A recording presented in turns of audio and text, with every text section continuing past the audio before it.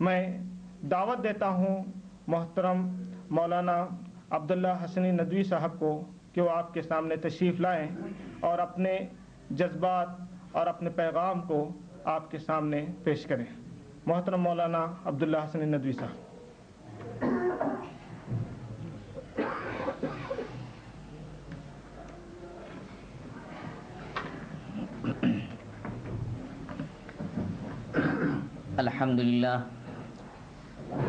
الحمد لله نحمده ونستعينه ونستغفره ونؤمن به ونتوكل عليه ونعوذ بالله من شرور أنفسنا ومن سيئات أعمالنا من يهده الله فلا مضل له ومن يضلله فلا هادي له ونشهد أن لا إله إلا الله وحده لا شريك له ونشهد أن سيدنا ومولانا محمدا عبده ورسوله اما بعد۔ میرے بزرگوں اور دینی بھائیوں،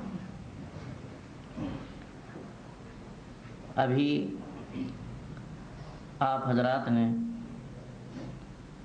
برادر محترم جناب عبد المتین منیری صاحب سے کچھ باتیں سنی۔ ان باتوں میں سے ایک بات انہوں نے یہ بھی کہی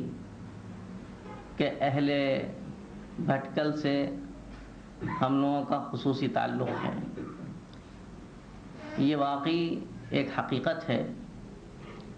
اسی کا یہ نتیجہ بھی ہے کہ ہم لوگ، خاص طور سے برادر محترم مولانا سلمان صاحب، کئی مرتبہ بھٹکل جا چکے ہیں، اور خود میں بھی 2 مرتبہ بھٹکل جا چکا ہوں، اور خود میرے درجے کے ساتھیوں میں بھی کئی بھٹکلی تھے جو میرے ساتھ فارغ بھی ہوئے، اور الحمدللہ ان سے تعلقات بھی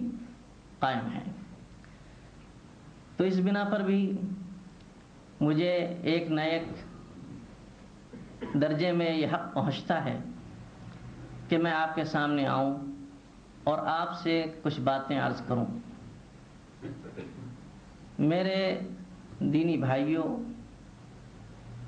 یہ اللہ تعالیٰ کا بڑا احسان ہے، اس کا بڑا کرم ہے کہ اس نے سارے دنیا کے انسانوں میں ہم کو بہت سی خصوصیات عطا فرمائی ہیں، اور بہت سی ایسی نعمتوں سے نوازا ہے جو دوسری جگہ نہیں پائی جاتی۔ اور جتنی بڑی نعمت اللہ کی جانب سے کسی پر ہوتی ہے، اتنا ہی زیادہ اس پر یہ حق ہوتا ہے کہ وہ اللہ تعالیٰ کا شکر ادا کرے اور اس نعمت کی قدر کرے جو اس کو اللہ کی طرف سے عطا ہوئی ہے۔ قرآن مجید میں اعلان ہے کہ وَلَئِن شَكَرْتُمْ لَأَزِيدَنَّكُمْ وَلَئِن كَفَرْتُمْ إِنَّ عَذَابِي لَشَدِيدٌ۔ اگر تم شکر کرو گے تو ہم تم کو اور زیادہ دیں گے، اور اگر تم نے ناشکری کی تو پھر اس کے بعد بڑے ڈرانے والی آیت، بڑے ڈرانے والی بات، ان عذابی لشدید، تو میرا عذاب بڑا دردناک اور بڑا سخت ہے۔ اللہ تعالیٰ کی ان نعمتوں کو جاننا اور ان کی قدر کو پہچاننا اور پھر ان کا شکر ادا کرنا ہر اس شخص پر ضروری ہے جس پر اللہ کی نعمتیں بے شمار ہو رہی ہیں۔ اور میں یہ سمجھتا ہوں کہ آج جو مجمع ہمارے سامنے ہے، اس پر اللہ تعالیٰ کی جو جو نعمتیں ہیں اور اللہ تعالیٰ کے جو جو احسانات ہیں، ان احسانات کا اس پر شکر کرنا واجب ہے، کیونکہ یہ احسانات و یہ انعامات ایسے ہیں جو دوسرے لوگوں پر اس جماعت کو ممتاز کرتے ہیں۔ اور میرے بھائیوں اور دوستوں، احسان شناسی ایک ایسا وصف ہے جس کے ذریعے سے ایک انسان اونچے سے اونچا مقام حاصل کر سکتا ہے، اور خاص طور سے اس ملک میں رہتے ہوئے جو اللہ تعالیٰ نے آپ پر انعامات کیے ہیں، تو اس انعامات کو دیکھتے ہوئے یہ بھی ذہن میں رہنا چاہیے کہ جس جگہ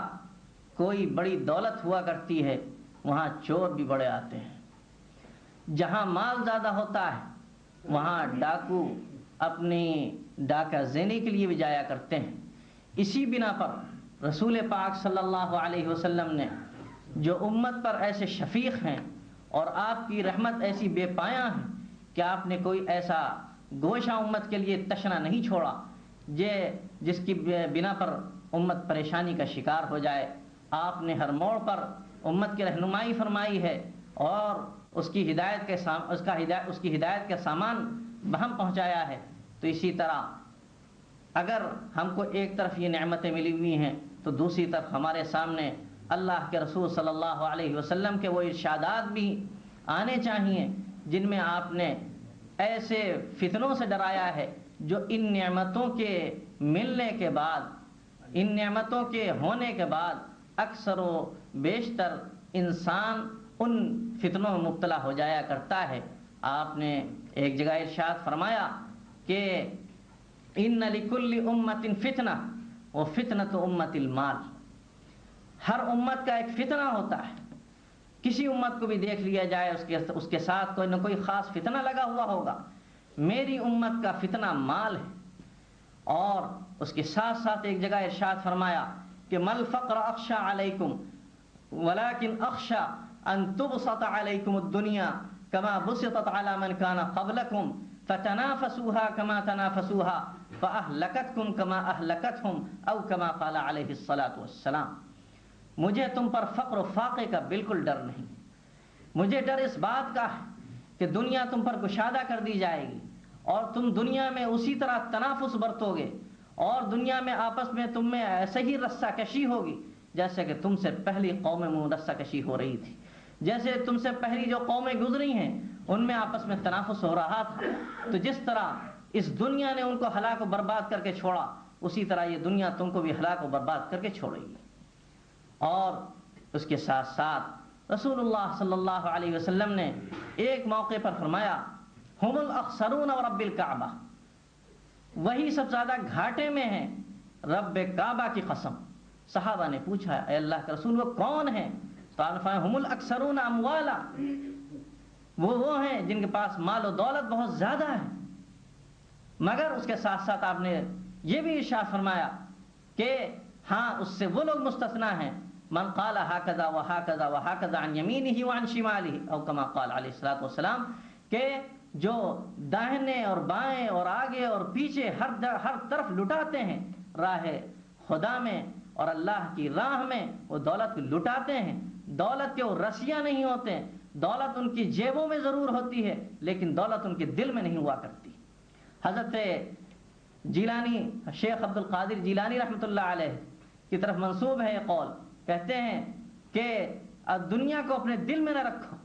اور پیسے کو اپنے دل میں نہ رکھو، اگرچہ ہاتھ میں پیسہ ہو کوئی حرج نہیں ہے لیکن پیسے کی ایسی محبت نہ ہو کہ پیسہ انسان کو لے ڈوبے اور انسان سے وہ کام کروائے اور انسان کو اس جگہ لے جائے جہاں انسان پہنچنے کے بعد کسی کام کا نہ رہ جائے اور اپنی متاع عزیز کو بھی وہاں جا کر فروخت کرائے۔ تو میرے بھائی اور دوستو، آپ یہ دیکھیے کہ صحابہ کرام کی رسول پاک صلی اللہ علیہ وسلم نے کس طرح پرورش کی تھی، کس طرح آپ نے ان کی تربیت کی تھی، کس طرح آپ نے ان کی ذہن سازی کی تھی، کس طرح آپ نے ان کو تیار کیا تھا۔ اگر ہم صحابہ پر نظر ڈالیں تو ہم کو یہ بات معلوم ہو جائے گی کہ اگر ہم یہ دیکھتے ہیں کہ صحابہ کے ایک گروہ ہے کہ جس نے جو رسول پاک صلی اللہ علیہ وسلم کی خدمت میں لگا رہتا تھا، کچھ ان کو موقع ملا ایسا کہ انہوں نے یہ سوچا کہ اب اپنا کاروبار کچھ ٹھیک کر لیں، کاشتکاری میں کچھ دیر کے لیے لگ جائیں، اور وہ اس میں لگ گئے، لگنا چاہا تو اس پر اللہ تعالیٰ نے یہ آیت نازل فرمائی وَلَا تُلْقُوا بِأَيْدِيكُمْ إِلَى التَّهْلُكَةِ، دیکھو اپنے آپ کو ہلاکت میں مت ڈالو، ہلاکت میں مت ڈالو۔ حالانکہ فرصت ان کو مل رہی تھی، تھوڑا وقت مل رہا تھا، اس کو انہوں نے اپنے کاروبار کے بڑھانے کے لیے اور اپنی کاشتکاری کو میں اضافہ کرنے کے لیے چاہا کہ اس میں تھوڑی دیر کے لیے لگ جائیں، تو اس پر یہ آیت نازل ہوئی دیکھو اپنے آپ کو ہلاکت میں مت ڈالو۔ اس لیے کہ اصل میں دیکھنا یہ چاہیے کہ توازن برقرار ہے یا نہیں، توازن برقرار ہے یا نہیں۔ اللہ تعالیٰ نے ہر انسان کو اور پھر خاص طور سے ہر مسلمان کو ذمہ دار بنا کر بھیجا ہے، اور جو اللہ تعالیٰ نے آیت نازل فرمائی کنتم خیر امت اخرجت للناس تأمرون بالمعروف وتنہون عن المنکر، تم بہترین امت ہو، تم کو نکالا گیا ہے اس بات کے لیے کہ امر بالمعروف کرو اور نہی عن المنکر کو۔ گویا کہ امر بالمعروف اور نہی عن المنکر کا جو فریضہ ہے وہ ہر ایک کے ساتھ لگا ہوا ہے، جڑا ہوا ہے، اس کی ذمہ داریوں سے کوئی شخص سبکدوش نہیں ہو سکتا۔ اسی کی طرف اشارہ کرتے ہوئے فرمایا گیا ہے کلکم مسئول وکلکم راع وکلکم مسئول عن رعیتہ، تم میں سے ہر شخص ذمہ دار ہے اور جو اس کے ماتحت ہیں اس کے بارے میں اس سے پوچھا جائے۔ شوہر ذمہ دار ہے اپنی بیوی کا، اور بیوی ذمہ دار ہے اپنے شوہر کے مال کی، اور اسی طرح خادم ذمہ دار ہے اپنے آقا کے مال کا اور اس کی خدمت کا، اور جو اس کی ذمہ داریاں ہیں ان کا ذمہ دار ہے۔ تو ہر انسان پر، انسان کی حیثیت سے اور خاص طور سے ہر مسلمان پر یہ ذمہ داری ہے کہ وہ امر بالمعروف اور نہی عن المنکر کا فریضہ انجام دے۔ اس کے جو ماتحت ہیں، اس کے دست نگر ہیں، اور جن پر اس کا حکم چل سکتا ہے، جن پر وہ اپنا آرڈر نافذ کر سکتا ہے، اس کے سلسلے میں اس سے پوچھ ہوگی، اور اللہ کے اس کو پوچھا جائے گا کہ تم نے اپنا ذمہ ادا کیا، اپنی ذمہ داری سے تم سبکدوش ہوئے یا نہیں ہوئے۔ تو اس آیت میں پوری امت کو خطاب کر کے کہا گیا ہے، اور پھر اس کے ساتھ ساتھ اس میں ایک بشارت بھی ہے کہ اگر تم یہ کام کرنے لگ جاؤ گے اور جتنا اس کام میں تم بڑھتے جاؤ گے اتنی ہی اللہ کی طرف سے تم کو افضلیت اور اشرفیت عطا ہوتی چلی جائے گی۔ کنتم خیر امت، اسی وجہ سے حضرت عمر رضی اللہ تعالیٰ عنہ کی طرف منسوب کر کے یہ بات کہی جاتی ہے کہ تم اس وقت تک خیر امت نہیں ہو سکتے، یعنی تم اس وقت تک افضل نہیں ہو سکتے، اشرف نہیں ہو سکتے، جب تک کہ تم امر بالمعروف اور نہی عن المنکر کا کام کرنے نہ لگ جاؤ۔ تو میرے بھائی اور دوستو، دیکھنا یہ توازن کتنا ہم برقرار رکھتے ہیں۔ ہم کو اللہ تعالیٰ نے اس لیے بھیجا تھا کہ ہم اپنے اندر دعوت کی اسپرٹ پیدا کریں اور دعوت الی الخیر کا کام کریں، اور اللہ کی راہ میں اپنے مال و جان سے جتنا جہاد استعداد اور صلاحیت کے مطابق کر سکتے ہیں اس میں ہم دریغ نہ کریں، اور لیکن اگر اس میں ہم کوتاہی کرتے ہیں تو پھر ہمارا انجام جو ہوگا وہ واضح ہے۔ اور اگر اس کے ساتھ ساتھ ہم حلال کمائی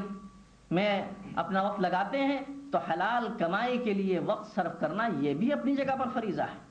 اور بہت اہم فریضہ ہے۔ اور جس زمانے میں حلال کمائی کا فقدان ہوتا جا رہا ہو اور حرام کمائی پھیلتی چلی جا رہی ہو، تو اس زمانے میں حلال کمائی کا حاصل کرنا یہ تو اور ثواب کی بات ہے، اجر کی بات ہے۔ لیکن اس کے ساتھ ساتھ یہ ذہن میں اگر رہے کہ یہ ضرور ہے کہ ہم کمانے کے لیے آئے ہیں، اپنی دولت کو بڑھانے کے لیے آئے ہیں، بینک بیلنس بڑھانے کے لیے آئے ہیں، لیکن اگر ہمارے ذہن میں یہ رہے کہ اللہ تعالیٰ نے ہمارے اوپر ذمہ داریاں بھی ڈالی ہیں اور ہم اس سے سبکدوش اس وقت تک نہیں ہو سکتے جب تک ہماری اس جسد خاکی میں جان ہے اور جب تک ہماری منہ میں زبان ہے۔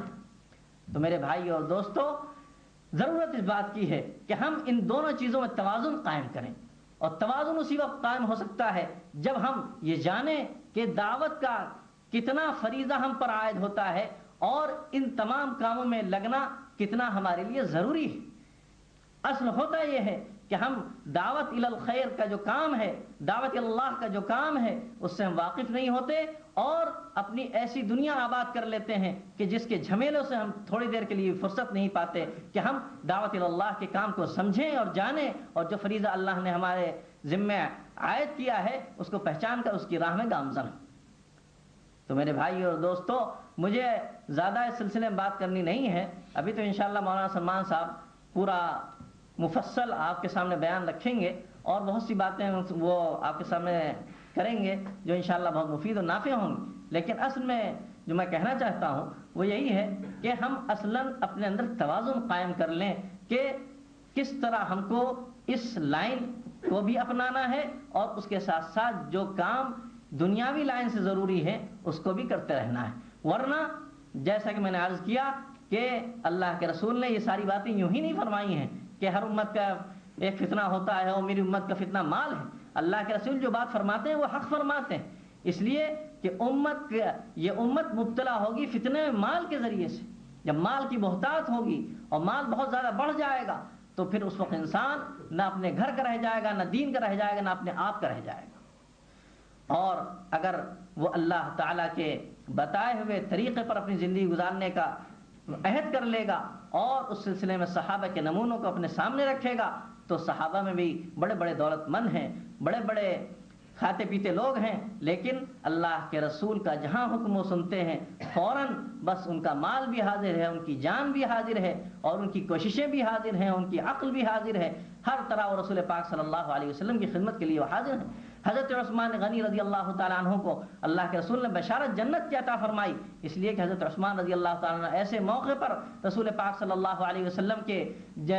لشکر جہاد کو تیار کیا تھا کہ اس وقت مال کی نہایت شدید ضرورت تھی۔ اس وقت حضرت عثمان رضی اللہ تعالیٰ عنہ بے پناہ مال لا کر ان کی خدمت میں رسول پاک صلی اللہ علیہ وسلم کی خدمت میں لا کر پیش کر دیا، اور اللہ تعالیٰ رسول پاک صلی اللہ علیہ وسلم ان کو جنت کی بشارت دی۔ تو مال خیر کا بھی ذریعہ ہے،